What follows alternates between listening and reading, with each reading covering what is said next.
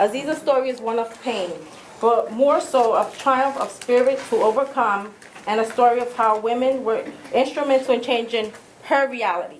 She's not a victim, she's a survivor. I introduce you, Aziza Kibibi. Thank you. You have an opportunity to ask me anything. So once I finish talking about my experiences, how I've come through those experiences, and some of the things that I do today to help others, I'm going to open up the floor to questions. And when I say you can ask me anything, that's anything dealing with motherhood, writing, sex, relationships, it doesn't matter. Because I believe that I went through all of these things, and because my situation is unique, obviously it has a great impact on my life. And I believe that the public, community, students, professors, doctors can learn a lot about humanity and about women specifically, and how we are able to come through some of the traumatic experiences that myself and many others have been through. If you don't know already, and as Dr. Rodriguez so eloquently introduced me and said my name correctly. A lot of people don't get my name correctly on first try, but she did. My name is Aziza Kibibi. I was molested by my father from when I was 8 years old. At 15 years old, I got pregnant for my first child, with my first child for him. And over the years, I have had 4 children for him, all of whom he delivered at home. I was kept out of society. I was homeschooled. As a teenager, I didn't know what it meant to have friends, because my father watched everything that I did. And on top of him watching me, he also had my siblings watching me. And on top of my siblings watching me, he had my mother watching me. My mother knew everything that was going on at the time, and she didn't do anything about it. She was in love with my father, but she was also a battered woman. I'm not sure what generation is in the room, but Lauryn Hill, Wyclef Jean, my father worked with them. He directed their music videos. He won an MTV Music Award.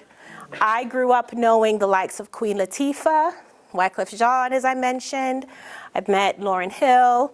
I didn't escape my father till I was 23 years old.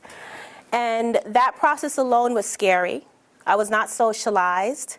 I went out into the world not knowing, well, not even not knowing. My father led me to believe that the world was evil, that government was evil, other people did not care about me. So needless to say, I was horrified about now being in the world, being in the system, and having to raise my family by myself.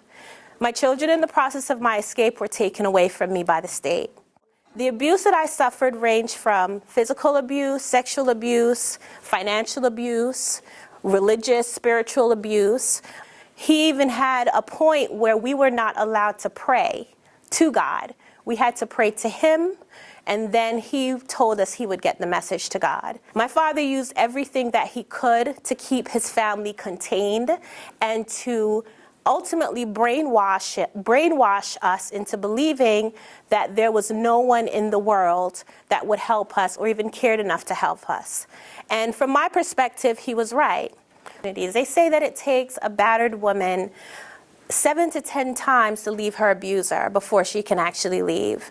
For me, it's different for me because everything that I knew about the world, any form of education that I had, came from my father. So trying to stand up against this person that you're getting all of your knowledge from and are afraid of, it took me years. I tried to run away when I was 12, but my brother and my sisters caught me trying to leave. And they said, well, Aziza, if you leave, who's going to take care of us? My parents would leave me home with my siblings a lot. So I did all the cooking. I taught a lot of them how to read and write.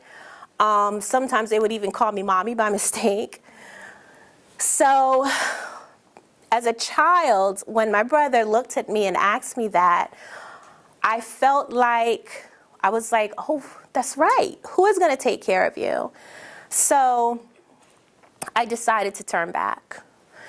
The day that I finally actually went through with escaping my father, it was a gradual It was a series of events that you're gonna have to buy the book to find out.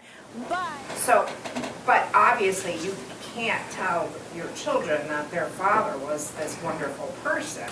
Like, how do you, what do you do to help? How do you do? I think I understand what you're saying. Well, my children know.